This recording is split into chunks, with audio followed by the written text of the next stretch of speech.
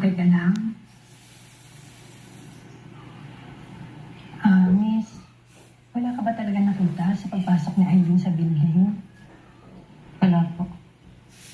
Wala ka ba napansing kakaibang behavior o pagbabago na ugali niya? Ito lang mga nakaraang araw bago siya nagpakamatay.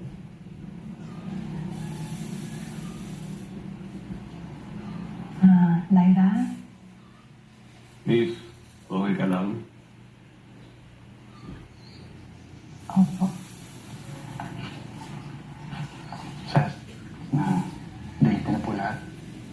Pero hinihingi ng investigador. Ano bahala? Diskartehan mo.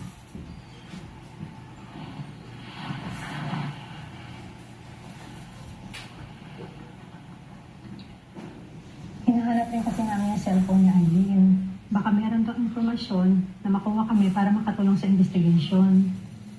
Maaari rin sana makatulong kung makakapagbigay ka ng info tungkol dito sa trabaho niya. Para lang mas mapag-aralan namin yung profile ng biktima. Karamihan po sa amin customer support. Hindi po ba sinabi yun sa inyo ni Sir Simon? Sinabi naman niya.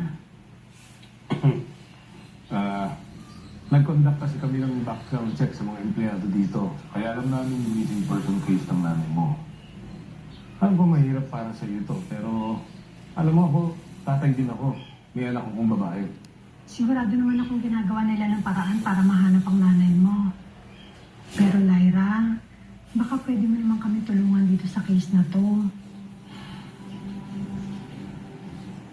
Nagsasayang lang sila ng oras. Ano yun?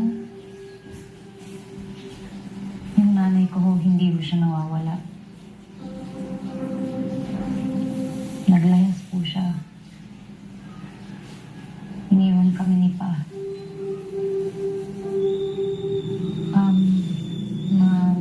Test na lang. Mag-test. Hindi ko ho kasi ganong kilala si Aileen. Wala ho kung matutulong sa inyo. Pero kung meron ka pang alam na informasyon, kontakin mo kami. Iniwan ko sa supervisor niya yung number ko.